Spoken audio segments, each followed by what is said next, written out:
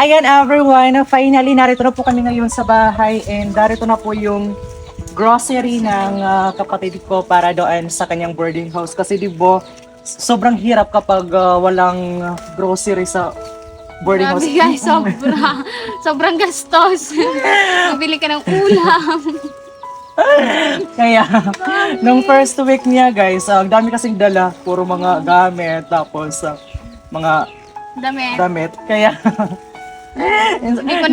hindi kami nakapag-grocery. So ngayon, umuwi siya para dito. And bumili na rin ako guys ng para sa akin. Kasi importante po talaga ito sa akin. Tag 28 pesos. Good for 1 week lang ito.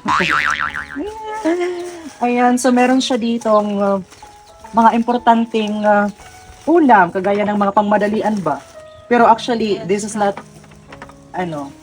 hindi siya marami kasi syempre, tipid-tipid din sa budget kasi kailangan natin magtipid at saka mag-ipon.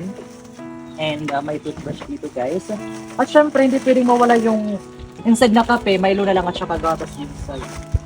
Ayan. And syempre, biscuit din para sa pagsubit-subit. Subit to. At saka yung Downy. And yung mga Colgate, shampoo, powder. At saka yung mga pancit canton. At saka yung noodles, guys. Actually, marami pa po yung kulang. Pero ito lang po yung kinayanan ng budget namin. Yes. Kasi syempre, allowance niya pa doon. Ayan, so kailangan ilain yung sabon sa mga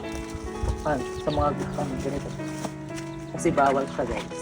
Iwas sa food contamination. Diba?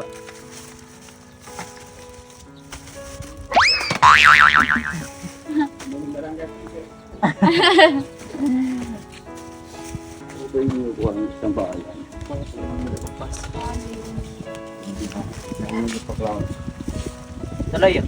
Dito ko na tayo minutes. Ayan everyone, so hanggang dito na lang po muna tayo kasi marami pa po kaming gagawin sa mga gawaing bahay. Kaya thank you so much everyone for watching. See you again on our next video. Bye-bye!